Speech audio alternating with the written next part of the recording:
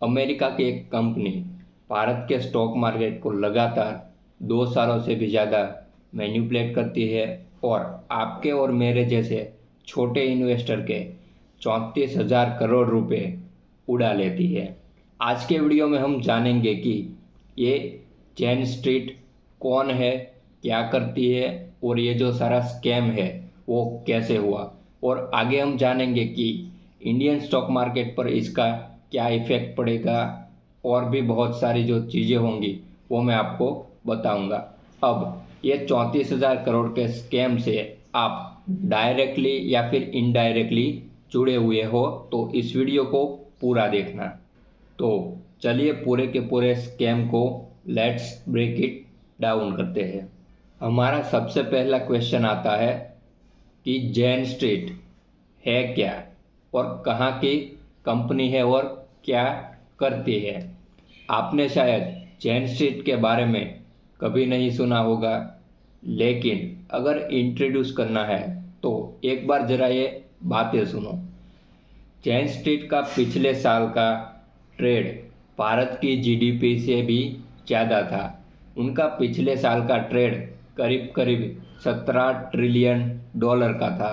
अब इस बात से आप अंदाज़ा लगा सकते हो कि ये कंपनी कितनी बड़ी है और ये वॉल स्ट्रीट की एक कंपनी है। और जब कंपनी वॉल स्ट्रीट की है तो हम सबको पता है कि ये कंपनी क्या करती होगी। और ये जो कंपनी है दुनिया के 40 प्लस कंट्री में ट्रेड करती है।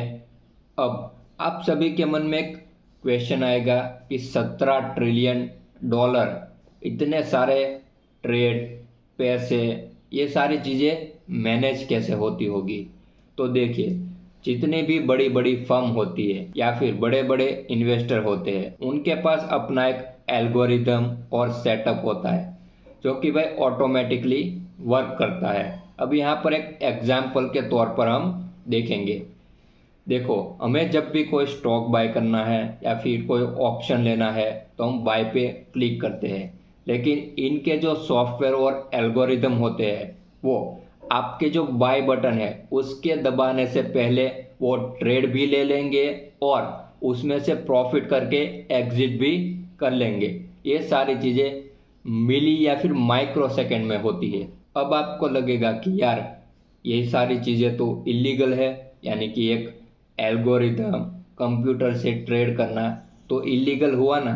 लेकिन नहीं, ये सारी चीज़ें लीगल है, आप भी कर सकते हैं। लेकिन आपके और मेरे जैसे छोटे इन्वेस्टर के पास ऐसा कोई सॉफ्टवेयर नहीं होता, तो इसीलिए मुझे और आपको ट्रेड मैन्युअली लेना पड़ता है और साथ साथ हमारे पास जो पैसे हैं वो लिमिटेड होते हैं। और जो बड़ी बड़ी फर्म होती है उनके पास बहुत सारा पैसा होता है तो उनको पैसों की तो कोई दिक्कत नहीं होती। इसलिए advance system, advance technology, advance setup को डेवलप कर पाते हैं और इसी की वजह से उनका प्रॉफिट भी होता है। मार्केट में आप बेसिकली ये सारे सिस्टम, एल्गोरिथम्स ये सब यूज़ कर सकते हो, लेकिन मार्केट को मैनिपुलेट करना गलत है। अब हमारा दूसरा सवाल आता है कि चेन स्ट्रीट ने मार्केट को मैनिपुलेट कैसे किया और इतना बड़ा स्कैम कैसे किया। अब देखो, स्टॉक मार्केट और स्टॉक को मैनिपुलेट करने के लिए बहुत सारी स्ट्रेटेजी होती है, लेकिन जनरली दो ऐसी स्ट्रेटेजी है जो कि ऑपरेटर, बड़ी बड़ी फर्म इसको यूज़ करती है, जो कि भाई कंप्लीटली इलीगल है। लेकिन अगर किसी के ध्यान में नहीं आता, ठीक है, तो उनका चल जाता है। अब चेन स्ट्रीट ने मेनली दो स्ट्रेटेजी का यूज़ किया जो कि मैं यहाँ पर आपको एक्सप्लेन करूँगा। उसमें से सबसे पहली स्ट्रेटेजी थी पंप एंड डंप। देखो, किसी भी स्टॉक यानी पूरा का पूरा जो इंडेक्स होता है, जैसे कि आप निफ्टी 50 ले लो, उसमें जो भी स्टॉक होते हैं, ठीक है, उसको सुबह हैवीली बाइंग करना और उसके बाद सेलिंग करना। अब यहाँ पर क्या होगा, निफ्टी का जो प्रीमियम है, ठीक है, वो अप जाएगा कॉल की साइड में जब आप बाइंग करोगे, और जब पूरा का पूरा जो डंप होगा यानी कि सेल होगा तो पुट के जो प्रीमियम है वो तेज़ी से बढ़ने लगेंगे।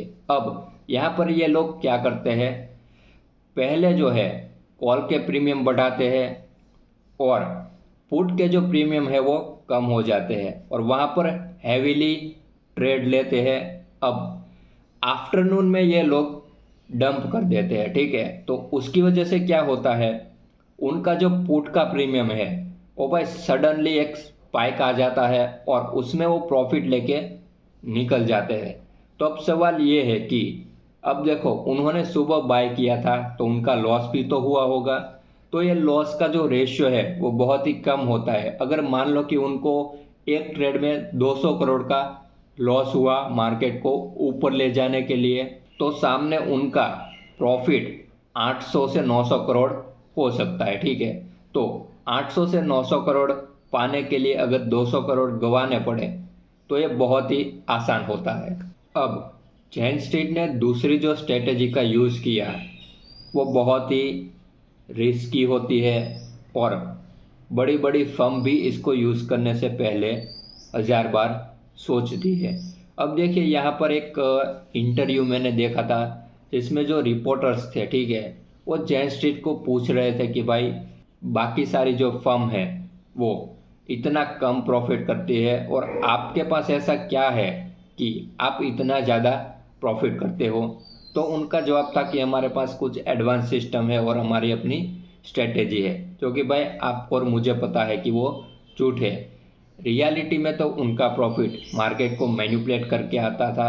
अब ज़रा सोच के देखो, उनका कारोबार 40+ कंट्री में है तो वो कहीं पर भी मैनिपुलेशन कर सकते हैं और बहुत सारा प्रॉफिट अपने घर ला सकते हैं। और अगर आपने शायद पढ़ा होगा या फिर इंस्टाग्राम पे देखा होगा तो पिछले साल आई थिंक उन्होंने एक आईआईटी मद्रास के लड़के को 4 करोड़ से भी ज़्यादा का पैकेज ऑफर किया था। अब आप इस बात से सोच सकते हो कि कंपनी जो है वो कितना हैवीली, कितना एग्रेसिव और कितने गलत तरीके से ट्रेड करती है। देखिए ऐसी तो बहुत सारी बातें हैं, लेकिन हम अपने वीडियो के मेन पॉइंट पर वापस आते हैं। तो दूसरा जो तरीका था वो था एक्सपायरी डे मैनिपुलेशन। अब जो एक्सपायरी के दिन जो मैनिपुलेशन किया जाता है, ठीक है, वो कई बार आपने भी देखा होगा, लेकिन ये जो है वो बहुत सारा रिस्की होता है। जब भी एक्सपायरी होती है, ठीक है, तब बहुत सारे लोगों को हीरो ज़ीरो या फिर ज़ीरो हीरो ट्रेड मिलते हैं, ठीक है। बेसिकली बहुत सारे जो लोग हैं वो एक्सपायरी के दिन ट्रेड करना पसंद करते हैं क्योंकि तब जो है मार्केट में वॉल्यूम ज़्यादा होता है, बहुत सारे लोग ट्रेड करने आते हैं, तो आपको बेनिफिट हो सकता है, ठीक है, कुछ हद तक।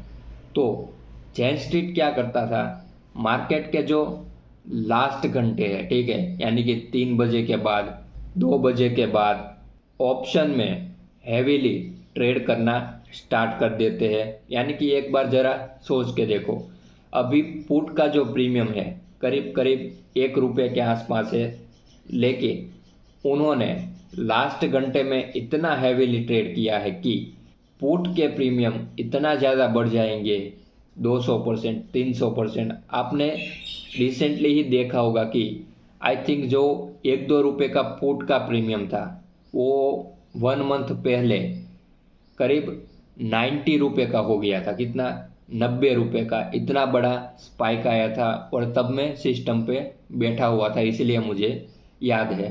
तो आप इस बात से अंदाज़ा लगा सकते हो कि ऑप्शन की एक्सपायरी होते हैं वो दिन बहुत सारी मैनिपुलेशन होती है और बड़ी बड़ी जो फर्म है वो मार्केट को मैनिपुलेट करके बहुत सारा प्रॉफिट अपने कर ले जाती है और आपको कुछ भी नहीं मिलता। तो यहाँ पर हमने ये जो 2 तरीके थे उसको डीप में समझा, और अगर आपको समझ में नहीं आया तो आप कमेंट में लिख सकते हो और मैं वहाँ पे आपको समझा दूंगा। अब जैन स्ट्रीट ने इन 2 स्ट्रेटेजी से पिछले 2 साल में कितना प्रॉफिट किया होगा? आप सभी का जवाब होगा 1000 करोड़, ज़्यादा से ज़्यादा 2000 करोड़। उनका प्रॉफिट पिछले 2 साल में 36,000 करोड़ से भी ज़्यादा का है, और ये सारा पैसा मेरे और आपके जैसे इन्वेस्टर से लूटा गया है मार्केट को मैनिपुलेट करके। तो अब सबसे बड़ा सवाल ये आता है कि 2 साल तक सेबी क्या कर रही थी, क्या उनको कुछ भनक तक नहीं लगी, या फिर कोई इनसाइडर था जो कि उनसे मिला हुआ था। अब देखो, ये कोई छोटा मोटा स्कैम तो है नहीं, पूरे 34,000 करोड़ से भी ज़्यादा का स्कैम है। तो ऐसा पॉसिबल नहीं है कि सेबी के ध्यान में ही ये चीज़ नहीं आई, ठीक है। एक बार के लिए मान लो कि सेबी को पता भी नहीं चला, तो फिर मेरा जो ट्रस्ट है सेबी के ऊपर, वो भाई पूरा का पूरा ख़त्म हो जाता है। मैं जिस देश में ट्रेड करता हूँ, वहाँ की जो सेबी जो बोर्ड है, ठीक है, स्टॉक मार्केट का, उनको ही पता नहीं चलता कि भाई कोई मार्केट को मैनिपुलेट करता है और छोटे इन्वेस्टर है उनके जो सारे पैसे हैं वो लूटे जाते हैं। तो यहाँ पर बहुत बड़ा क्वेश्चन उठता है सेबी पर। अब अगली बात आती है कि जब इतना बड़ा स्कैम हुआ तो पॉसिबल है कि भाई कोई जो अंदर का बंदा था, ठीक है, जिसको हम इनसाइडर बोल सकते हैं, ठीक है, वो शायद इसमें शामिल हो। अब देखो, किसी के भी ऊपर हम आरोप नहीं लगा सकते, लेकिन भाई ऐसे केसेस में मुझे जहाँ तक पता है कोई ना कोई इनसाइडर होता ही है।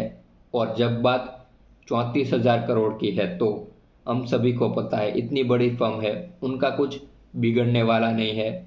मामला जो है भाई कुछ ले दे के सेटल हो जाएगा, और आने वाले टाइम में ऐसे और भी मार्केट मैनिपुलेशन होंगे।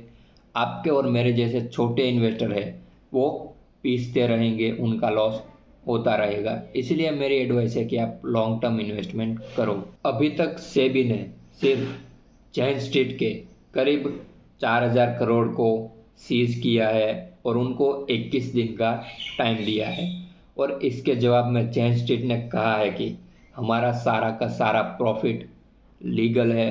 अब हम आपको कोर्ट में देखेंगे, हम प्रूव करके दिखाएंगे कि ये हमारा सारा प्रॉफिट लीगल है, जो कि भाई बेसिकली इस और इशारा करता है कि भाई सब कुछ सेटल हो जाएगा इनसाइड में, ठीक है। वीडियो की स्टार्टिंग में मैंने कहा था कि आप इस 34,000 करोड़ के स्कैम से डायरेक्टली या फिर इनडायरेक्टली जुड़े हुए हो। अब आपको लगेगा कि मैं तो एसआईपी करता हूँ, लॉन्ग टर्म इन्वेस्टर हूँ, कोई ऑप्शन ट्रेडिंग करता नहीं हूँ, करता भी हूँ तो स्विंग ट्रेडिंग करता हूँ, तो मैं इससे कैसे जुड़ा हूँ। अब देखो, पूरे के पूरे इंडिया के जो स्टॉक मार्केट है उसमें जितने भी सारे म्यूचुअल फंड है, एसआईपी है, वो सारे लोग पैसा कहाँ पर इन्वेस्ट करते हैं, इंडिया की ही स्टॉक मार्केट में। तो जब इंडिया के ही स्टॉक मार्केट को मैनिपुलेट किया जाता है तो आपका भी जो पैसा होता है और बहुत सारी फर्म ने वहाँ पर डाला हुआ होता है, ट्रेड लिया हुआ होता है, तो उनका लॉस होता है। तो बेसिकली आपके जो रिटर्न है उनके ऊपर भी इम्पेक्ट पड़ता है। ये चीज़ आपको बहुत छोटी लगेगी कि यार मेरा तो शायद 1% से कम का लॉस होगा इन सारी चीज़ों में, लेकिन अगर आप हर साल 1% गिनो, ठीक है, अगर लगातार आपने 5 साल तक 5% कम पाया प्रॉफिट, ठीक है, तो वो लॉन्ग टर्म में बहुत ही ज़्यादा हो सकता है। और जैसे ही ये न्यूज़ आई, बीएससी का जो स्टॉक है वो 6% से भी ज़्यादा का गिर गया, सीडीएसएल का भी स्टॉक गिर गया। और भाई अगर ऐसा ही चलता रहा, ठीक है, तो सेबी के ऊपर अगर किसी को ट्रस्ट नहीं हुआ तो मार्केट और भी गिर सकता है। क्योंकि भाई मैं ऐसी जगह पर क्यों इन्वेस्ट करूं जहां का बोर्ड पता भी नहीं लगा पाता कि 2 साल से एक जो यूएसए की कंपनी है वो मार्केट को मैनिपुलेट कर रही थी, इन्वेस्टर के 34,000 करोड़ रुपए उनके नाक के नीचे से उड़ा के ले गई। तो हमें करना क्या चाहिए? तो सबसे पहले तो भाई कुछ अच्छे स्टॉक खोजो जिनका मार्केट कैप बहुत ही ज़्यादा हो, ठीक है, उसको मैनिपुलेट करना बहुत ही मुश्किल हो, उनमें इन्वेस्ट करो और लॉन्ग टर्म के लिए इन्वेस्ट करते रहो। अगर आपको वीडियो अच्छा लगा हो तो हमारे साथ जुड़े रहने के लिए हमें सब्सक्राइब करें, वीडियो को लाइक करें। हमारे टेलीग्राम और इंस्टाग्राम के जो चैनल है या फिर अकाउंट है उसके लिंक मैंने नीचे दिए हुए हैं, आप हमें वहाँ पर भी फॉलो या फिर ज्वाइन कर सकते हो।